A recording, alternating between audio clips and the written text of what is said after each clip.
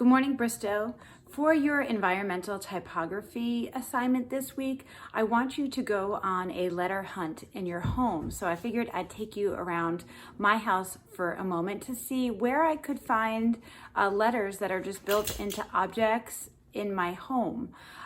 When you do this assignment, you can either try and spell your first name, or you could try and spell your last name, or if you're finding that too complicated, you could just pick a word like love and spell that out based on the objects and letters you can find in your home. So let's take a walk around Mrs. Kaminsky's house, and I'm not promising my house is very clean right now, okay? Alrighty, so first observations in my letter hunt. I'm gonna aim to do the word love right now because Kaminsky is a rather long last name. So when I'm looking at this wall in my home, I will zoom into this sculpture, and if I were to take a picture of just this horn, to me that looks like the letter L. On the same wall in my home, when I look at this mirror, I see the letter O. So, now I need to find a V. Now you can find your letters in different orders. That is my classroom now, so when you see me, that's where I'm sitting. If I look over here, in this basket, this negative space, that empty space in the basket right here, to me represents a V. And I'm gonna swing you over to my kitchen, and let's look for a letter E.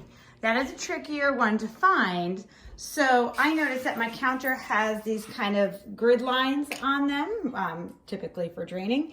And I just happen to have a bunch of cucumbers over here. So perhaps when I take a photograph, I line up my cucumber and those lines, and I get the letter E. So you can get really creative with your finds. I can find other, that's Quaid. Quaid, do you want to wave? Quaid, say hi.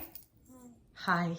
I can find other letters. If I look up here, I have a cross holding a plant. That could be a letter T. You could definitely get creative with what you find. What could I make out of that? Potentially a letter S if I were to take some time to look closely. Okay, so you found all your letters and you took an individual photograph of each letter. At this point, you're going to want to place them in the Google Doc in the classroom in order so we can try and read your word. Many of you have had great success placing the images in the document, and if you need help with that, it's fine. Some tips would be if you are using a phone or say like an iPad to have the Google Drive app on that phone or iPad.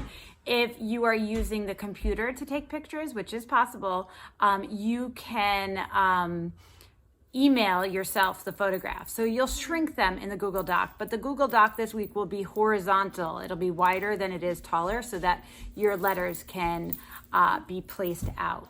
So I hope you enjoy your hunt for letters, and I'm so looking forward to the creativity, and I really do miss you guys. Thanks for coming into my home today, and we'll see what we can make.